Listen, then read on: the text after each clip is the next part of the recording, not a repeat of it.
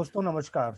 मैं हूं शैलेंद्र सिंह और आप देख रहे हैं हमारा यूट्यूब चैनल शब्द शब्द शैलेंद्र सिंह। आज हमारे साथ खास मेहमान हैं अंजलि तांबड़े जी, जो महाराष्ट्र की रहने वाली है, मुंबई की, और आजकल वो आयरलैंड के डबलिन शहर में रह रही हैं। वहाँ पे उन्होंने अपना एक केक, जो डिज़ाइनर केक होते हैं, जो जिनको देख के आपको पता नहीं चलेगा ये केक है, उसका वो एक बिजनेस करती हैं। उनका एक शौक है, पैशन है। तो किस तरीके से वो उन्होंने यात्रा शुरू की भारत से लेके, और जब वहाँ गई किस तरीके से, तो हम आज उनकी इस पूरी पूरी यात्रा पे बातचीत करेंगे, जिससे आप लोगों को भी लगे कि किस तरीके से लोग अपना जो हॉबी होती है उसको पैशन और फिर बिजनेस बना लेते हैं। अंजलि जी, बहुत शुक्रिया आपका हमारे साथ जुड़ने के लिए। Shailendra ji, thank you. आपने मुझे यहाँ बुलाया और अवसर दिया। मैं कुछ शब्द अपने बारे में कहना चाहूंगी। मैं फिलहाल तो डबलिन आयरलैंड में रह रही हूँ, ओरिजिनली मुंबई से हूँ। मैंने अपना प्रशिक्षण फैशन डिजाइनिंग में लिया था मुंबई में, और कॉलेज में फर्स्ट आई थी। उसके बाद कुछ वर्ष मैंने उसी क्षेत्र में काम भी किया, उसी कॉलेज में पढ़ा रही थी। फिर शादी के बाद हम लंदन शिफ्ट हो गए थे, और मेरा जब पहला बेटा हुआ उसके बाद मैंने जॉब छोड़ दी थी। फिर मुझे कुछ ऐसा करना था जिससे मैं घर से काम कर सकूं और अपने बेटे का ध्यान रख सकूं। मुझे जो यहाँ के क्रैश में बोलते हैं ना, जो बच्चे रखते हैं, वैसा कुछ करना नहीं था। फिर यूं ही कुछ साल गुजर गए थे। वो 4 साल का था जब मैंने सोचा कि अब मैंने कुछ करना है, और मैंने ग्लोबल केक टॉपर के नाम से अपना बिजनेस चालू किया। ग्लोबल केक टॉपर माने जो फिगरीन्स रहते हैं, जो मूर्तियां रहती है केक के ऊपर रखते हैं, वो उसका बिजनेस चालू किया था। अभी 13 वर्ष हो गए मैं वो बिजनेस संभाल रही हूँ, कर रही हूँ। उसके बाद जब 2014 में जब मेरा दूसरा बेटा हुआ, मैंने बिजनेस थोड़ा स्लो डाउन कर दिया। मुझे ऐसा लगा कि मुझे अपने ऊपर भी थोड़ा ध्यान देना है। जो मैं लोगों के लिए काफी सारी चीजें बना रही थी, पर मुझे अपने लिए एक आर्टिस्ट की तौर पे कुछ बनाने नहीं मिलता था। तो मैंने सोचा वो अवसर मैं इस्तेमाल करूंगी और कुछ अपने लिए करूंगी। तब 2016 में मैं मैटरनिटी लीव पर थी, और 2016 में मैंने फिर कंपटीशन में हिस्सा लिया। आयरिश शुगर क्राफ्ट शो, जो यहाँ का नेशनल शो है, उसमें मैंने पार्टिसिपेट किया, और मुझे बेस्ट इन शो, जो फर्स्ट होती है ट्रॉफी, वो मिली, और 5 गोल्ड मेडल मिले उसके साथ। उसके बाद मैंने जो पूरी इंटरनेशनल कंपटीशन है उसी साल, मैंने सोचा उसमें भाग लेके देखना चाहूंगी, और वो किया। तकरीबन 1500 एंट्रीज पूरे वर्ल्ड से आती है वहां पर। और मैंने वहां पार्टिसिपेट किया था। वहां मैं फिर से फर्स्ट आई, और बेस्ट इन शूट का अवार्ड मिला मुझे। ये हुआ नवंबर 2016 बर्मिंघम में। और उसके बाद उन्होंने मुझे उसके 1 साल बाद उन्होंने मुझे वहां का जज बनने का अवसर दिया। और ये कहते हुए मुझे बहुत अच्छा लगता है कि मुझे एक टाइटल मिला कि मैं भारत की पहली महिला बनी जिसने इंटरनेशनल का अवार्ड जीता। तो काफी लोगों ने मुझे प्रोत्साहन दिया था, काफी एनकरेजमेंट मिली थी हमारे देश से, और वो फीलिंग काफी अच्छी थी कि मैंने कुछ अपने देश के लिए किया है। क्योंकि वो समय जब आप बोलते हैं ना, आप मैटरनिटी लीव पर रहते हैं और बच्चे होते हैं, जब आपका ध्यान सिर्फ आपके घर और बच्चों में रहता है, और ऐसे लगता है कि मैं कुछ कर रही हूँ, और तब जब ये अवार्ड मिलता है या ऐसा कुछ मिलता है, तो उससे लाइफ काफी अलग होने लगती है। उसके बाद जब मैं जज बनी और न्यूज में आने लगा कि मैं पहली भारतीय महिला बनी जज, क्योंकि केक इंटरनेशनल में टोटल 30 जजेस होते हैं सारी दुनिया से। और वहां पर अब तक कोई भी इंडियन जज नहीं थी। तो मुझे जब वो अवसर मिला और जब सब लोगों ने कहा, तो बहुत बहुत अच्छा लगा कि हमारे देश ने कुछ किया है, ऐसा जो फीलिंग हुआ। और जो कि मैंने कुछ अपने देश के लिए किया है और मेडल्स जीते, तो वो फीलिंग मैं आज तक एंजॉय कर रही हूँ, ऐसे बोल सकती हूँ। हमें भी बहुत अच्छा लग रहा है आप ये बारे में सुन के कि आपने भारत से वहां पहुंच के और कितना देश का नाम रोशन किया। जी जी, क्योंकि भले मैं इतने दूर रहती हूँ पर दिल से मैं भारत से हमेशा कनेक्टेड हूँ। आपकी इतनी अच्छी हिंदी सुन के हमें यही लग रहा है। हाँ। तो ये जो शौक था ये कैसे आपके अंदर आया और क्या तैयारियां की आपने इसको पाने के लिए? मेरी माँ एक आर्टिस्ट है और उनसे काफी मुझे सीखने को मिला। वो भी सिखाती थी, टीचर है वो, तो वो सिखाती थी लोगों, तो वो तो था ही। उसके बाद जब कॉलेज में पढ़ाने लगी थी तो ये सब था।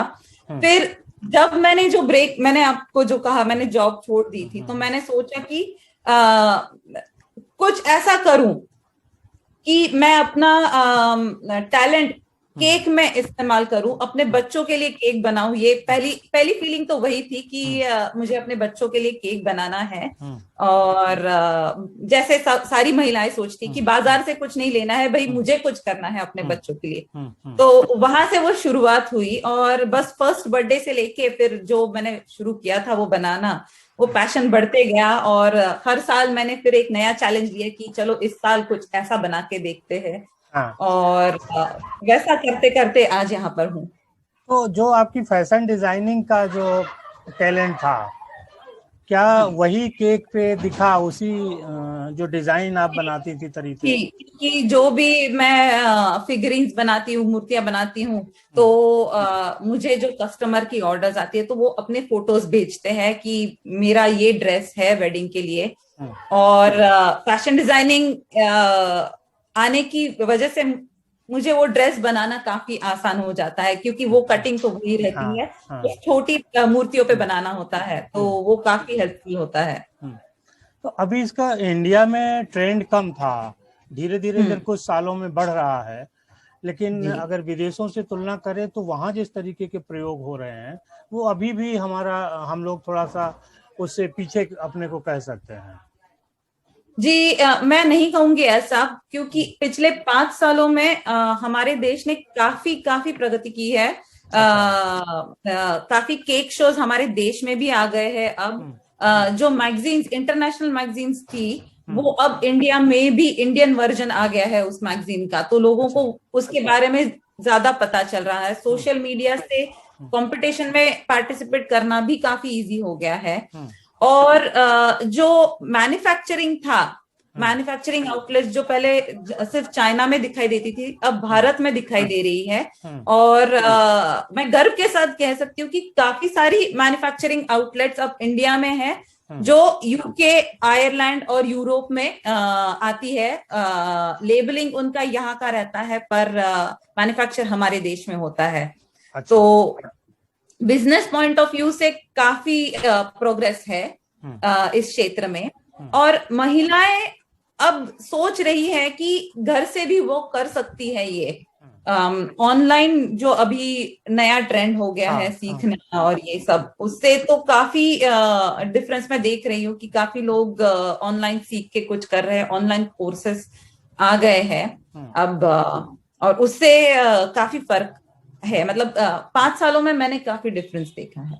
अच्छा, ये जो डिजाइनर केक्स हैं, लोग क्या अपनी कौन सी जो उनके मन में होता है डिजाइन्स, क्या क्या चीजें ज्यादा चाहते हैं कि उनके केक पे दिखे? जी, अगर आप देखेंगे तो कुछ सालों पहले हम सिर्फ क्रीम केक देखते थे, अब फॉन्डेंट केक का काफी ट्रेंड आ गया है। और एक बैरियर था कि भाई फॉन्डेंट अच्छा नहीं लगता या टेस्ट में, क्योंकि काफी लोग अभी भी ये सोचते हैं, पर अब वो बदल रहा है। सबको वेडिंग केक एक जो बोलते हैं, वो एक नया ट्रेंड आ गया है कि भाई वेडिंग केक चाहिए हमको, तो वो होता है। फिर बच्चों में उनके कार्टून कैरेक्टर्स जो होते हैं फेवरेट, वो केक्स आ गए हैं। और जो नॉवेल्टी केक्स जो बोलते हैं हमारे क्षेत्र में, कि शुगर फ्लावर्स हो या वेफर पेपर के हम फ्लावर्स बनाते हैं, वो सारी चीजें काफी पॉपुलर होने लगी है। हम लोगों ने देखा है कि कुछ जो मॉडर्न स्टाइल पेंटिंग्स भी बहुत सारी उस पे दिखने लगी हैं। जी कुछ फिल्म जी और तमाम तरीके का जो इमेजिन है लोगों का, वो सब आप लोग केक पे दिखाने लगे हैं। जी, हम कोको बटर से पेंट करते हैं। आप देख सकते हैं हम्म, यहाँ पे मेरे कुछ केक है, उस पे हाँ कोको बटर से हमने एक पेंटिंग की हुई है। हाँ। तो वो काफी आजकल पॉपुलर हो गया है। फिर साड़ी वाले केक्स भी काफी पॉपुलर है।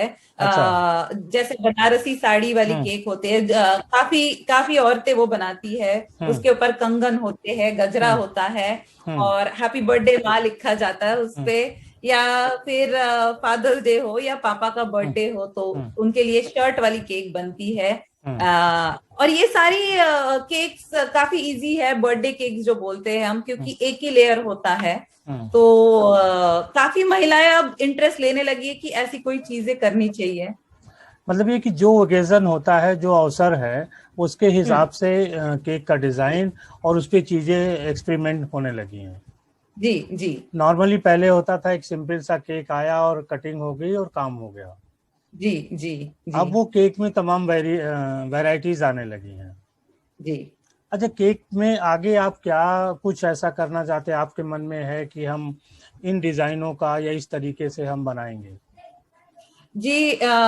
जैसे कि मैंने आपको कहा, मैं अभी केक डिजाइनर हूं, तो मैं हम्म क्या करती हूँ कि हम्म मैं एक केक डिजाइन करती हूँ जिसमें कुछ नयापन लाने की कोशिश करती हूँ। हम्म जिसके लिए मुझे अवार्ड मिला गया था, वो एक टेक्निक ऐसी थी कि मैं पैटर्न उस शुगर पेस्ट या फॉन्डेंट में डालती थी, और जो स्लाइस करे तो वो एक तरीके की डिजाइन दिखे। हम्म तो ऐसा मैं हर साल कुछ नया लाने की कोशिश करती हूँ, जो ट्रेंड दुनिया में नया हो।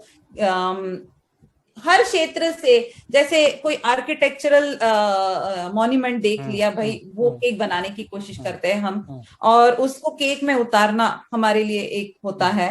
हम्म अपने देश के लिए कुछ करना तो हमेशा ही मुझे अच्छा लगता है, हम्म जो मेडल्स वगैरह जीते हैं। हम्म और आगे भी वही करना चाहती हूँ। काफी सारी महिलाएं मुझे मैसेज करती हैं हम्म कि वो भी घर बैठे कुछ करना चाहती है और वो टिप्स चाहती है।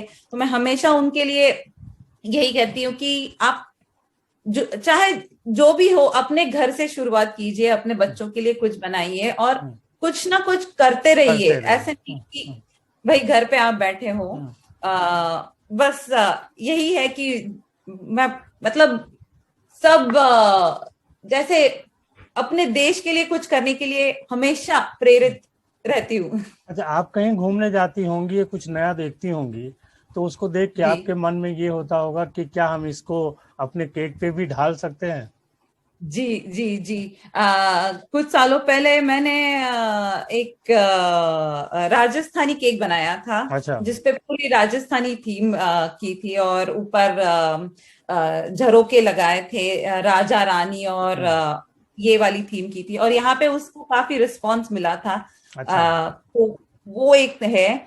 फिर अगर लेस जो बोलते हैं, मैंने एक एडिबल लेस की ट्रेंड नई शुरू की थी, जो केक्स पर लेस लगाकर हम डिजाइन करने लगे थे। हम्म तो वो सारी चीजें जब भी कहीं जाती हूँ, मुझे हम्म। ऐसे लगता है कि हाँ, ये केक में उतारा जा सकता है।